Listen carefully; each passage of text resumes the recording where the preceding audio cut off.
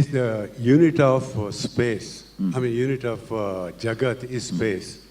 Can you explain a little bit more on that? Listen. Gap between one thought and the other thought is space. Here. Gap between one Big Bang, another black hole is space here.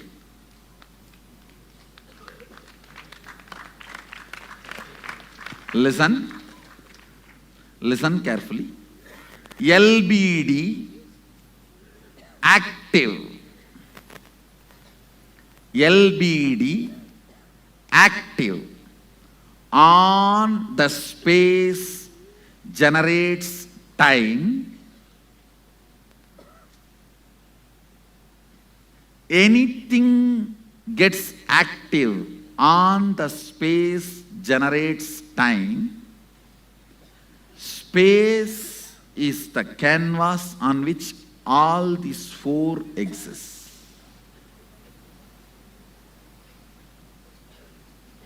Listen.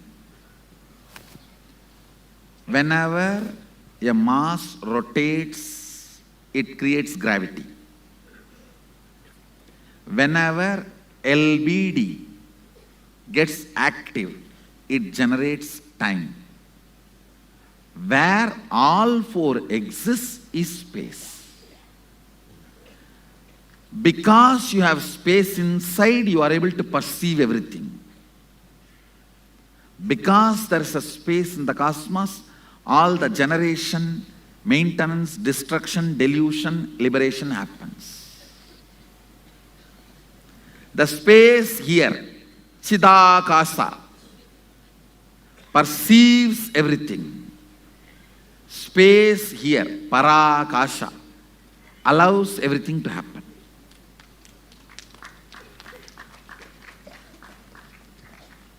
Little more. Eyes receive information, digitize it. I should call biodigitizing. Sense it. It hits at one space and the response comes back. For example, you see the snake, response of let's run away or beat. The spot where this information hits and the response comes back is called space, Akasha. The spot which responds to information is space. If the gap between one thought and the other thought is too little, you do not perceive the existence of space. If there's more gap, you perceive the existence of space. It's like if you are taking 2,000 files, quickly you have to come back. If you are taking only 2 files, you can spend time with him. Ability to spend time with him is called luxury, Lakshmi.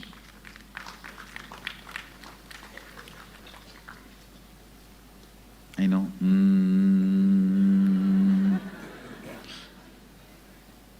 At least you are able to get what I am saying. That part, but that you said the space between the black hole and the Big Bang. But black hole happens in the Big Bang. Am I correct? That is why I am saying universe happens within the universe. From the nose of Sadashiva, he breathes out universes. In the mouth of Sadashiva, they all merge inside. The black hole, that is. It comes out and goes in. Comes out and goes in. That gap is space. Thank you, Swami. Listen. Somebody made this.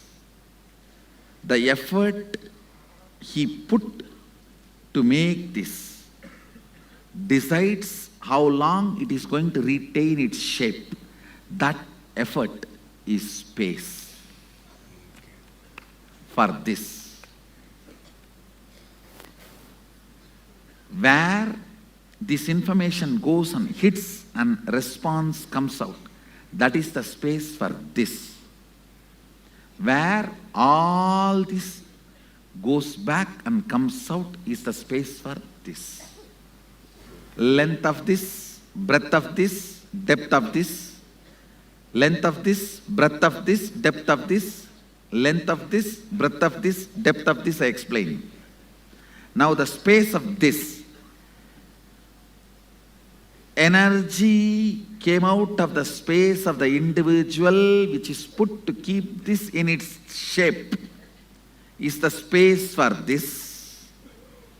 If more space is spent on this, it can collapse or remodel itself. Am I right? So that is the space for this. And for this whole, the energy with which it is generated by Sadashiva is a space for this. Based on that proportion of the energy, it exists. If there is some more energy which nullifies this, it goes back, which we call Kali Yuga.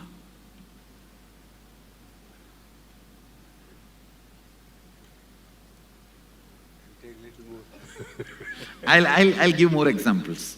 I am just translating precisely the Hindu cosmology verses. This has length, breadth, depth. When I move this, it generates time. On which I am moving this is space. Now, if there is no movement, this will stay for more time. If there is more movement, the time of it comes down. But even if there is no movement, the time is going to work on it. It's not that it is exempted from time. But if it merges into the space by samadhi, time cannot work on it. The only thing which has a capacity to merge into the samadhi, space, and avoid time working on it is human being, human consciousness. Too profound. So that is why you feel, oh, it is not imminent. No, it is imminent. Next, I will make you understand how it is imminent. That's why the animals, etc., cannot be. They need to get into the human body for enlightenment. Right. See, the statements I made are literal formulas. Now apply these statements and go on bringing more questions. Once I make these statements fit with your questions, you will understand they are not just profound, they are imminent. They have immediate effect, they have immediate utility value for your life. Shakti is Devi, it's feminine. Can you? When I said unit of Sadashiva is Shakti, I did not use it in the language of the Devi which was a form. For her also the unit is Shakti. Understand? Out of clay, the elephant is made, rat is also made. You can't say the rat and elephant is same. You can say both are made of same material. Now you are trying to say both are same, which is not right. I was saying whether... Because the perception elephant generates and the perception rat generates is different.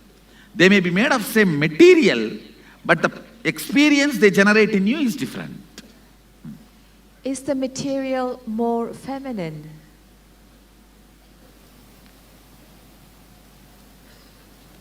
It has no idea of feminine and masculine. I'm not going to be attesting feminist ideas, no. Even though I'm a Shakta, the Shakti component does not have idea of masculine, feminine, thank God. Swamiji, something else you were saying of the tool to be See, in... listen. The cricketer who is standing on the ground with bat, he is Sadashiva. The guy who is waiting in the gallery to substitute, if needed, is Avyakta Sadashiva, unmanifest Sadashiva. The power with which he is hitting the ball is Adishakti.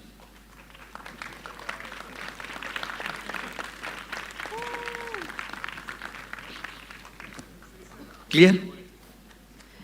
Thank you. So Yes. surely I cannot say Shakti is feminine. Thank you. The other question was, you talked about being in depth, to be empty and downloading. So is it like being is like being a conductor where you're not storing? So I should say the idea of storing very limited memory is from Google. Your body is not Google. The whole Brahmanda can be stored in Pindanda. Google has a business reasons to give a limited memory. Sadashiva has no business reason to give you a limited memory. Actually, he has all the reasons to give you infinite memory. You do not need to imagine there is a central server. You only live Google and research. I should say the whole cosmic archives is inside you. Just your liver is enough to store the whole cosmic archives. If you are thinking your brain is the archives, you are wrong. Brain is a browsing center. Liver is the archives.